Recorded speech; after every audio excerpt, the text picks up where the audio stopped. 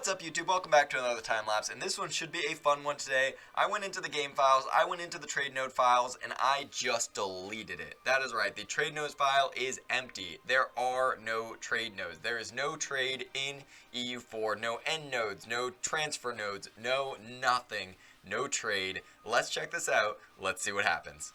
So I apologize for the time-lapse portion of this video. There will be no face cam. As you'll notice, this is a different camera from the one that the intro was done in, and this is because my webcam keeps just randomly freezing and failing. It's done it a couple times. Enjoy the time-lapse. Early on, as we get started, I'm especially interested to see what happens to countries that previously occupied end nodes. These are countries like Venice, Genoa, England, sort of the European powerhouses, and even countries that don't occupy those end nodes, like your Castile and Aragon, your France, your Portugal. Because of the way the AI is dictated in this game, so much of it is based around trade. The way that they expand militarily is usually based around trade. The way that they colonize is usually based around trade. Now, we've placed them into a world that doesn't have trade. What's that going to do to the AI? I am fascinated to see what happens in these specific situations where normally we'd see certain things happen because it's sort of railroaded by trade nodes that we've now completely eliminated. The French have pushed into the northern Iberian Peninsula, and we notice in India, we've got Jaunpur is that Delhi green. So that's something that we see in the time-lapse feature, and that's basically what I'm going to go out on a limb and say is that is actually Delhi. But the time-lapse, because it might have been Jaunpur and then it changed to Delhi, or so there's something weird there. I would guess later on the time-lapse we're probably going to see that name change to Delhi. Yep, oh, there it is. So it just changed to Delhi. Usually if we see a country which is a wrong color, right, like the name and the color don't match up, the color is the country that it actually is pre-time-lapse. France is invading the Iberian Peninsula. We actually just saw Leon pop out of Castile, and Castile has almost been completely eliminated. While the Ottomans are getting hammered right now, Poland is pushing them, the Mamluks are pushing them, the Ottomans are struggling hard to start this off. 1560s is usually when we see really the big boom of early colonialism, and we do have a little bit of colonialism to look at. Brazil, it looks like Portugal has landed a little bit there, and then a tiny bit on the tip of Africa. But other than that, the colonial game has not really kicked off as we push into the 1600s. One thing that has kicked off, that always kicks off, is Ming has exploded. We've got Shun as a powerhouse, we've got Chu, we've got Wu, and Ming is almost completely wiped out. Korea also looks like they're going for a wide game. That's kind of cool to see. Poland has formed the Commonwealth, and before 1600, the Ottomans have been completely wiped out. I believe Austria got the Burgundian inheritance. That is honestly really interesting to see, and they're using that power to really push into France. As we move into the early 1600s, the complete lack of colonialism is just really an interesting thing to see because, well, it doesn't happen in EU4. You know, by this point, the vast majority of the New World would at least have bits and pieces landed on it.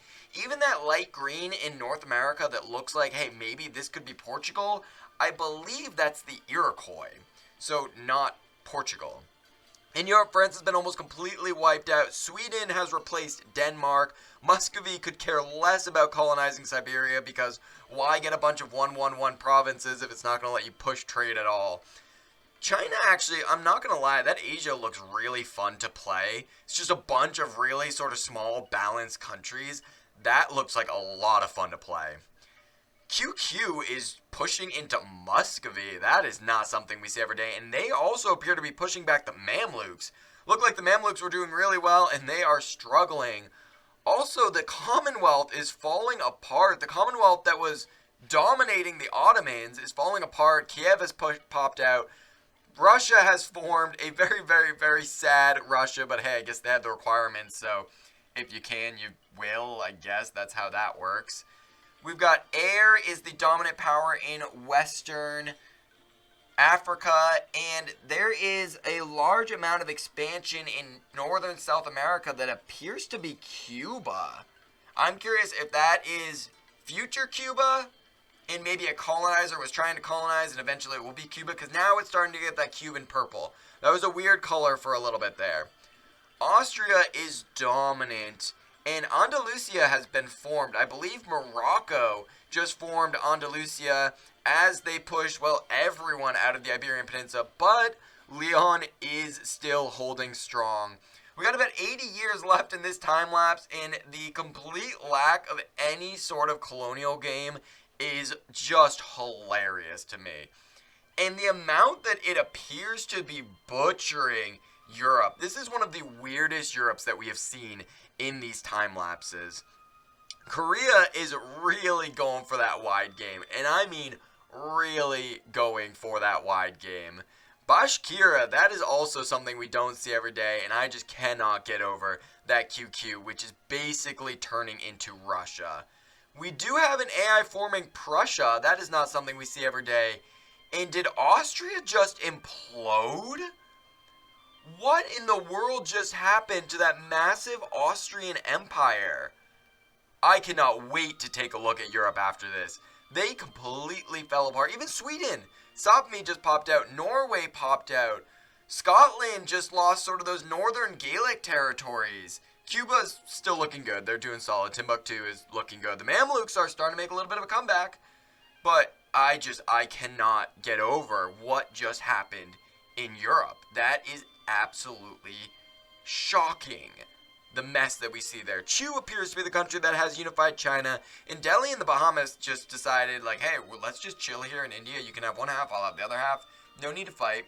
That is one of the strongest AI Aztecs I think that we have ever seen. That's pretty cool. That cube is just absolutely amazing. All right, we got to take a look and see what we got here. This Europe is crazy. Swabia is dominant.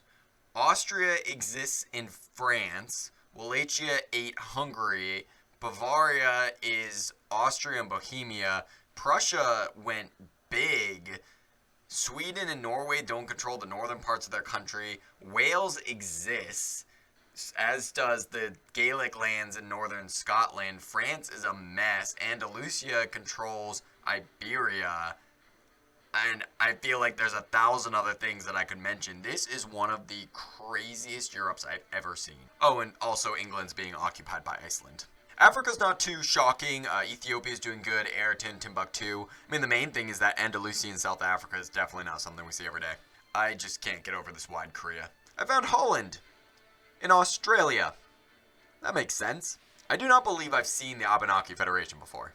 Yes, that is New Iceland in Virginia and Florida. I love that Cuba wanted everything around them, but let Haiti have Haiti. Flemish La Plata and Gaelic La Plata.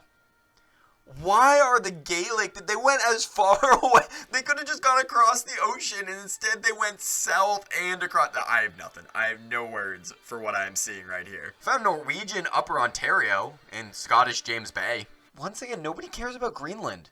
Greenland always gets left uncolonized. This QQ is an absolute mess, and I love it. We've got here the legend of the two Tibets. Religious. This is an interesting map mode. Catholicism is dead. Reformed is the dominant religion, and Protestantism actually isn't that powerful either. Sunni is pretty dominant in Western Asia and North Africa, but really strong animist in South America, really strong totemist in North America. Coptic has the Horn of Africa, and that Confucian China, and that massive Tengri.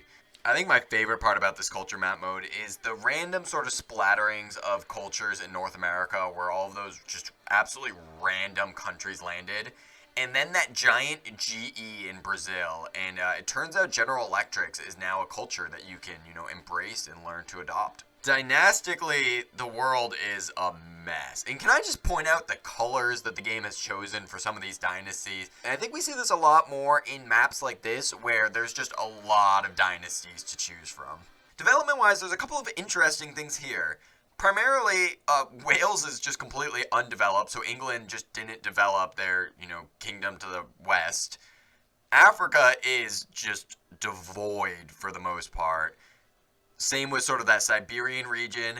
South America and North America are hubs because of the fact that the natives didn't get wiped out, some of those provinces have 40 or 50 development. Those really bright green settlements that are all around South America and North America are some of the most developed provinces in the world. And finally, our great powers of the world. We've got Delhi in first place with 1,300, followed by QQ with 1,290. The Mamluks came in third with 1,100, and Andalusia came in fourth with 1,000. Bavaria with 885, Wu with 836, Swabia with 787, and Prussia with 769. Can I just say, our first European is Bavaria with 885, and then it's Swabia and Prussia in 7th and 8th place. There are only 3 Europeans on this list, and they're ones that we never see on this list. I mean, Prussia maybe every now and then, but Bavaria and Swabia making the list. And with that, thank you guys so much for watching. This was a lot of fun, and I found it to be a really unique and interesting time lapse. If you guys want to see more interesting time lapses like this, do leave a comment down below. Don't forget to hit that subscribe button, hit that like button, and I'll see you guys in the next one. Reef out.